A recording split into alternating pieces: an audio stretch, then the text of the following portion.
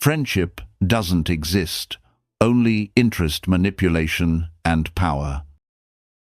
Have you ever stared at your phone, thumb hovering, waiting for a reply that never arrives? The message is marked, delivered, yet days pass and nothing comes back. In that hush you begin to hear a quieter question. Was the bond ever about you, or only about what you carried in your hands? Machiavelli would not be shocked. Behind every smile, he reminds us, an interest is already calculating. The Stoics would add, look again, this time without the soft filter of hope. We were raised on prettier stories, friendship as a gentle, selfless force, a shelter that never asks for rent. These tales serve us the way lullabies serve a restless child. They calm, they warm, they let us sleep.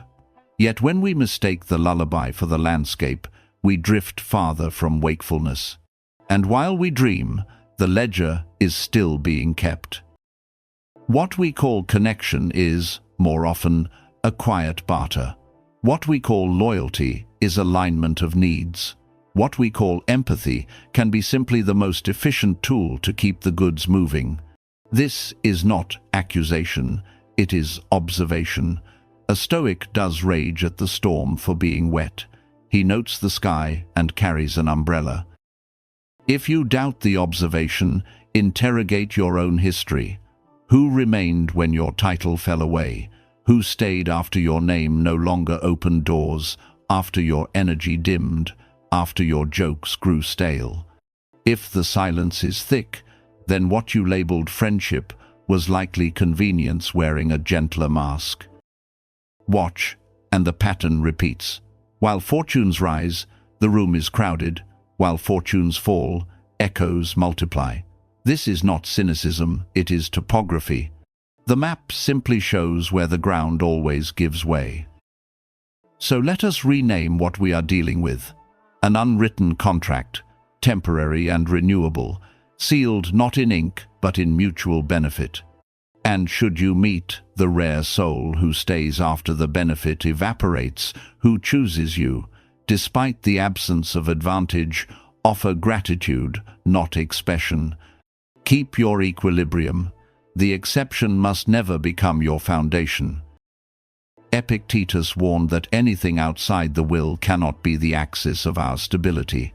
Why, then, would we mortgage our peace to a promise that dissolves the moment the arithmetic shifts?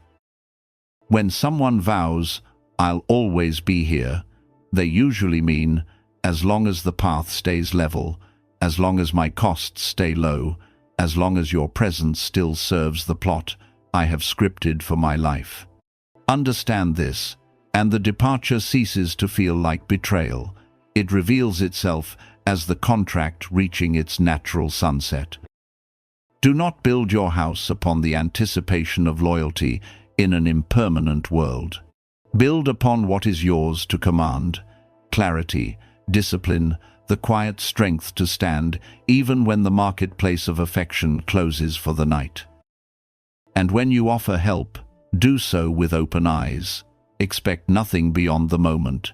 Should gratitude arrive later, treat it as windfall, not debt. In this way, you remain solvent no matter who defaults. Remember, most will pledge forever while unconsciously holding a stopwatch. Let them. Your task is not to police their sincerity, but to keep your own ledger balanced, your exits visible, your heart neither hardened nor entangled. If, at the end of the audit, you find one, perhaps two, who answer at the bleakest hour without weighing the return, treasure them, yet do not gamble your peace on their rarity. Stand as if you stand alone.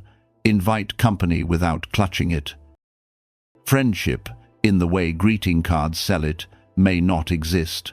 Smart contracts, those visible and invisible, do. Learn their clauses, read the fine print of each interaction, negotiate better terms when you can, and walk away when the cost exceeds your remaining breath. Keep your books accurate, your mind unclouded, your exceptions cherished.